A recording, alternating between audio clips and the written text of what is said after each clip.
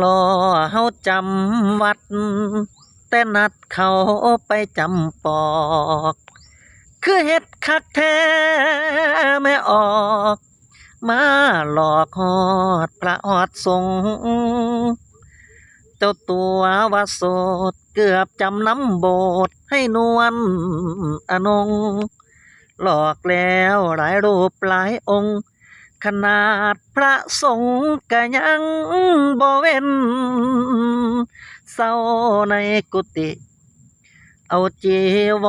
รซับน้ำตาหลงลมในคำมุสาเจ้าบ่ต้องมาจังหันจังเพน